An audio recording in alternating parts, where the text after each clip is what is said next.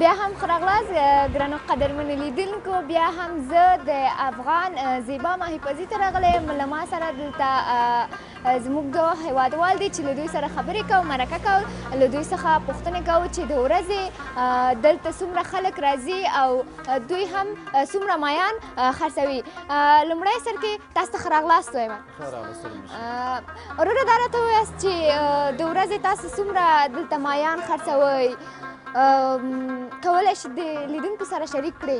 بس د بازار حساب دا اوس عوام ډېره ښه سوې ده او د ژمي سیزن په راتلو کې ده او هوا ښه سوې ده. اوس داسې وایي چې ورځې 400-500 کیلو میان خرڅوو او نفوس ډېر راځي. ژوندي د بند نغلو د ډان میان ورکوو او ژوندي د نغلو د ډان میان چې ډېر خواږه دي، ډېر ښه خوندور دي.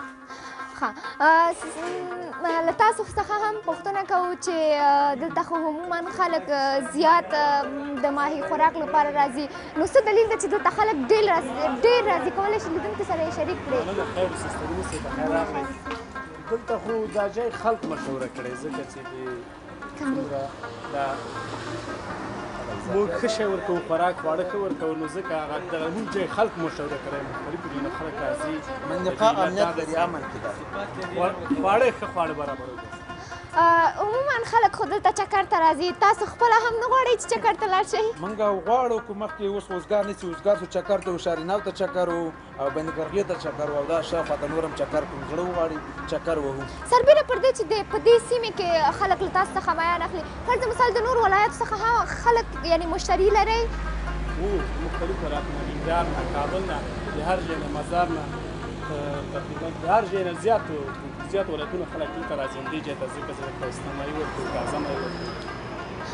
طبعا هر څوک په زړه کې یو غټ ارمان لري. ستاسو غټ ارمان څه دی؟ کولی شي لیدونکو سره یې شریک کړي؟ غټ ارمان مې داسې د اولمپیک لوبې نه پاتې ما ورزش مې ډېر زړه کې او د ورزش ډېر شوق مې د وطن لپاره د خدای سوله راولي، دغه ډېر مهم مینوال. دا خو یو مشهوره دغه د محفظي ده چې خلک دلته عموما زیات راځي. تاسو راته دا ووایئ چې په ورځې کې تاسو څومره مایان خرڅوئ او څومره مایان اخلئ؟ بس د ورځې داسې وایي چې هر کارټن کې 40 کیلو ماهي راځي او 20 کارټنه 25 کارټنه میان کته کوو او 400-500 کیلو میان خرڅوو د ورځې. ګټه بیا تاسو ته کوم څه عاید پاتې کېږي پکې او که نه؟ انشاءالله ګټه پاتې کېږي، د ګټې او د غریبۍ ته ناست ګټې لپاره ناست دي. څو کاله کېږي چې دلته په کار باندې بوخ یاست او د ماهي کاروبار کوئ؟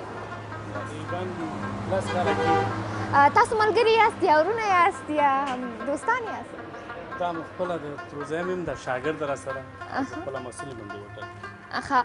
عموما خلک دلته ډېر راغلي، خاطرې هم په ژوند کې خوږې دي، نو یوه مهمه او خوږه خاطره د ژوند زموږ لیدونکي سره شریک کړه. د ژوند خاطرې زیاتې دي، خو اوس ذهن ته به څه کومه خاطره راسي زه یې وایم. مشکل نشته، پیغام هم وړاندې کولی شي. ټولو لیدونکو کتونکو ته مې دغه پیغام ده چې بس خدای دې وکړي چې یو بل سره مرسته وکړو، ملک کې امنیت راسي او د امنیت او سولې په باره کې یو بل سره څونه وسه مو کېږي موږ مرسته وکړو. پیغام همدغه پیغام د خدای د امن راولي، سوله د خدای راولي. تاسو کوم جالبه خاطره، کوم ټوکه یا هم کوم بل څه اوس چې لیدونکو سره یې شریک کړي چې بس یو هغه به ورته ووایم د کابل باره کې؟ مهرباني. په ټوله په اسیا کې ته د هر وطن سردار شې، زما ښکلې کابله سپرلی ګلزار شې. موږ نه غواړو چې نور د ظالمانو په لاس کار شي، زما ښکلې کابله سپرلی ګلزار شې. موږ نه غواړو چې تا باندې د نورو واکماني وي، واکداري دې ګردې وي تل په تا باندې سختې وي. کومې چې ژوندی وي ستا د سرې خاورې بچې وي، هر وخت به توریالې وي، سرتېرې افغانان لري نو ته به څنګه خوار شې، زما ښکلې کابله سپرلی ګلزار شې.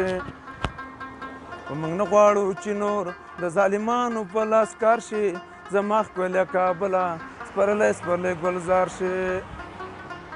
په ټوله په اسیا کې ته د هر وطن سردار شې، زما ښکلې کابله سپرلی ګلزار شې.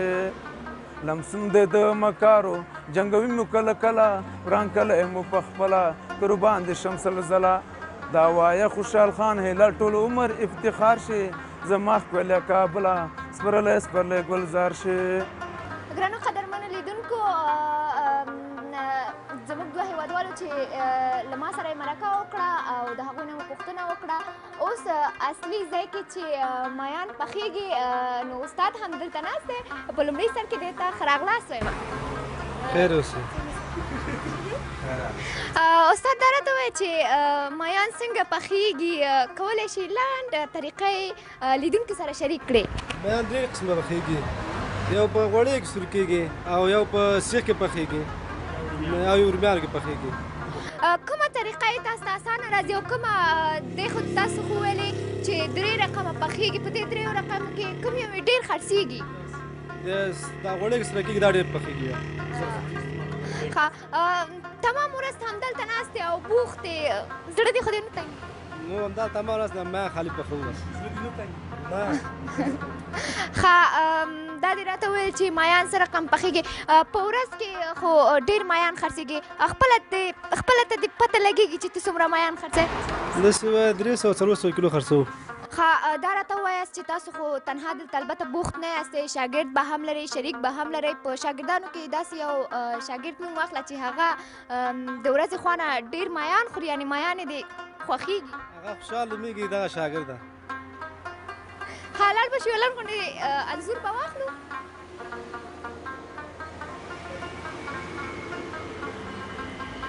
ښه یوه بله پوښتنه هم دا چې خپله دې تمام ورځ مایان پخوې نو د خپل زړه ته دې هم مایان کېږي او که نه؟